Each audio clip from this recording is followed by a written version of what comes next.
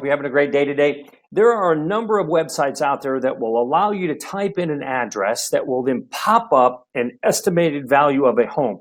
And I have spoken to hundreds of buyers who use that tool to see if the house they want to buy is priced correctly or not.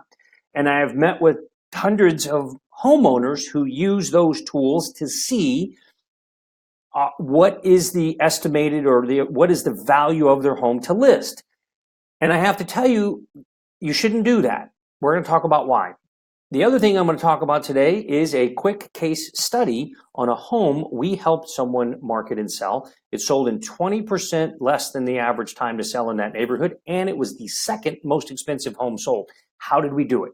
We're going to talk about those two items. First, I am David Russell with the Russell team, and thank you for watching this short video where we talk about buying, selling, and owning homes. If we can help you in any way, please call, text, or email us. So let's dig into these websites. Zillow, Trulia, HAR, Realty.com. There's a whole bunch of them out there. You type in an address, boom, it says your estimated value is this. They can be grossly inaccurate. I have seen them at 50, 70% undervalue a home, and I have seen them 10, 20% overvalue homes. So no, you should not use those websites. And here's why they don't work in Texas. We are a confidentiality state. That means it is confidential information. What a home sells for, it's confidential between parties, buyer and seller. Nobody has that. It's not public information. Realtors have access to that in the database, as do appraisers, and we only have access until the MLS system is purged about every 5 years, and then we lose all of that. So it's not public information. So those websites are making a guess, an educated guess at what your home could be worth. And so I don't recommend you go there even for fun, because it will either frustrate you or it will give you false hope. So here's a case study. I'm going to try and do this here. There we go. If you can see that. We had a home, tax value said $280,000. Realty said it's worth $321. That would have been a miracle. Trulia said $194. How about that? $100,000 lower than what the tax rate says. And it sold for $294. So Trulia was $100,000 off. Tax rate is about $14,000 off. Realty is $25,000 off or whatever. So why is that a problem to be overestimated? So if you took Realty at $325 and that's what you listed at, you'd still be on the market today. Nobody's going to buy that house. It's grossly overpriced compared to the neighborhood. So when these automated sites don't take into consideration the nuances of your particular property, they will compare your single family home with 4 bedrooms, 3 bathrooms, and a pool to an apartment or a condo, or a home down the street that has 2 bedrooms. They are not using enough intelligence yet today to compare apples to apples, or the nuances of a pool versus no pool, or this backs to a green space versus no green space, or it backs to power lines or a highway. They're not taking into consideration any of those factors. So they are grossly inaccurate. Again, look at this. 194. Trulia was 194, $100,000 less. Tax rate again, 280. Zillow on this one was actually just a couple $1,000s off, which is why I didn't put it on there. But to Zillow's credit, they got that one very close. Generally speaking, however, they're grossly inaccurate. And then on another one, I didn't put this on the board because it's kind of hard to see. We have another one that sold for $525, and Trulia had it for $490. $35,000 less than what market value was. Zillow had that one absolutely dead on. So that's 2 that Zillow was pretty accurate on. I don't see that very often.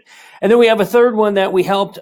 It sold for $411, and it was all over the board. One gave a range of $370 to $420. One said $378. One said $400. One said $440. All over the board. So the moral of the story with these online property valuation websites is don't use them. Call me, please. It doesn't take me a lot of time to do an assessment for your home. And I would rather give you something that is based on current, accurate information than you use one of these online calculators or estimators and get a false sense of what the value is. So please call, text, or email me, and we'll absolutely run that for you. Now, the case study that I wanted to touch on really quickly happens to be actually this house here, what we did with this house. So this house was not the most updated in the neighborhood by any stretch. The home across the street, 3, 4 houses down, was priced less than this one, had been on the market much longer, and it had much more updates. So what did we do to get this one sold? So contrary to many realtors' beliefs, we believe in doing open houses, and we will do a lot of them if we can. Now, sometimes logistics don't allow that. Sometimes homeowners don't allow that.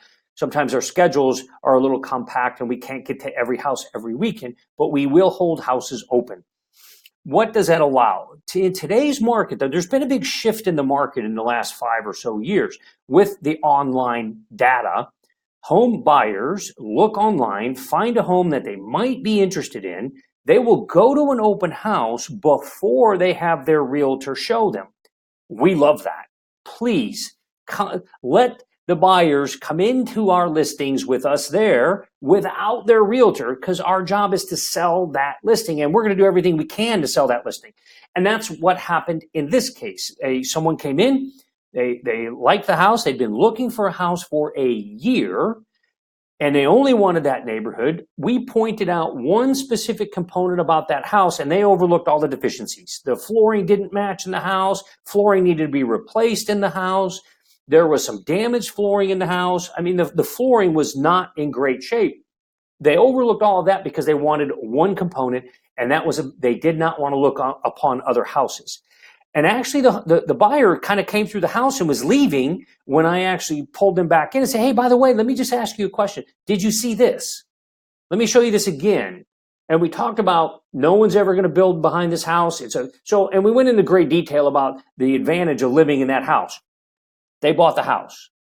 And it's the second most expensive home in the neighborhood, sold in 6 months, and it sold in 20 days. The average time to sell in that neighborhood is 66 days. So sometimes having us on site doing an open house makes all the difference in the world. We have sold many of our listings this year via open house. Now, when I say we sold it, it means we got the party interested. Lots of them had other agents. Actually, all of them had other agents. But we got the buyer very interested and very excited about that home. They went back and told their realtor, we want to buy this house or we want to look at it again. So the case study there is the open house made the difference because we were on site. We were able to point out why that home is better than any other home in the market at that time and why the price is worth paying for that view. And it made all the difference in the world. If you have any questions about your home, if you have any questions about buying a home, please don't hesitate to call, text, or email us. We're here to help you. Have a great day.